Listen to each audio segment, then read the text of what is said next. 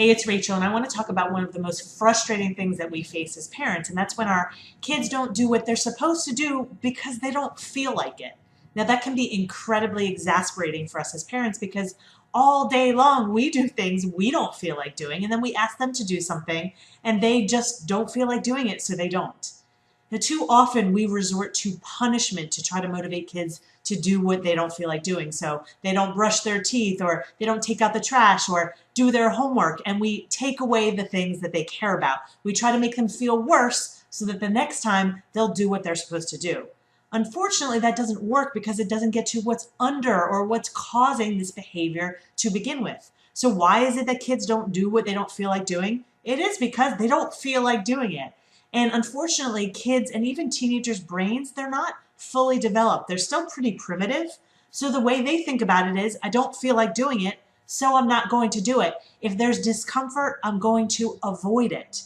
If I asked you how you do the things that are uncomfortable for you, you probably have some coping mechanisms. If you have to do a task that you don't want to do, you probably either remind yourself how important that task is, or you promise yourself a reward once that task is over. These are ways that you cope with discomfort. But kids don't have the ability to say, hey, it's uncomfortable, I'm going to do it anyway.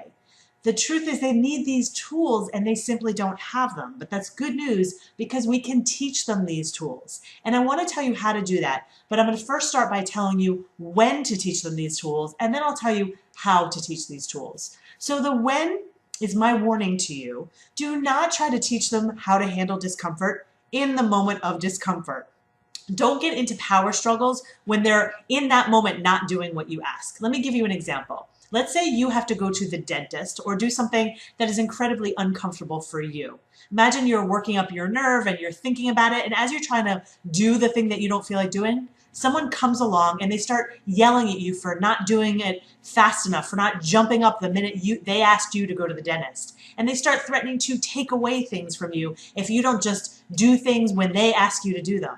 You're going to hate the dentist even more because not only do you not like the dentist to begin with, but now there are all these negative associations around going to the dentist. So you're going to resist going to the dentist even more. So you don't want to create more discomfort when your kids are already uncomfortable. You actually want to address this proactively before the next time they have to take out the trash or do their homework. You want to help them gain some coping mechanisms. So this gets to the how do we teach them how to cope.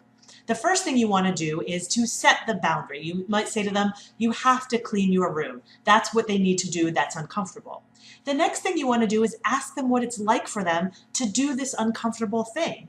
Let them talk to you about how annoying and boring it is to do the uncomfortable thing. You're not trying to be nice here necessarily, but when you allow them to talk to you about what it's like for them, they're actually going to be much more open to problem solving, which is the next thing you're going to do. You're going to teach them how to find a solution of the fact that they have to do this thing, but they don't want to and they don't feel like it. You're going to give them tools to cope. So for example, let's say you say to your child, you have to clean your room.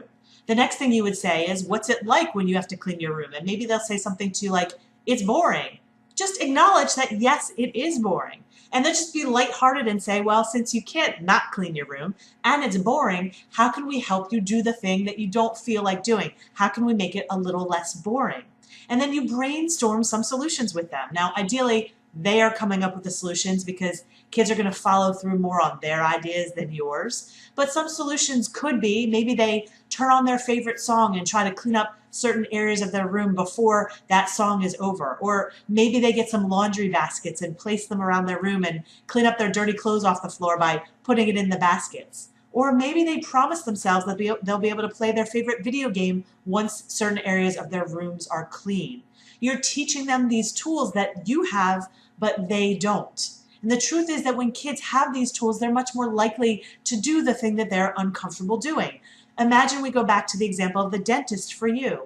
If you're uncomfortable and you're really resisting going, but someone teaches you how to deal with that discomfort, instead of threatening to take things away from you or getting mad that you didn't jump up the moment they told you you had a dentist appointment, let's say they taught you how to deal with that discomfort.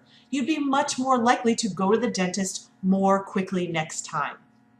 Kids are going to have to do a lot of uncomfortable things in their lives, so teaching them how to do these things rather than punishing them for not doing these things is going to be way more effective in the long run. So I hope that gives you some ideas, and if you have any questions, feel free to reach out to me at rachel@rachel-bailey.com. I'll see you next time.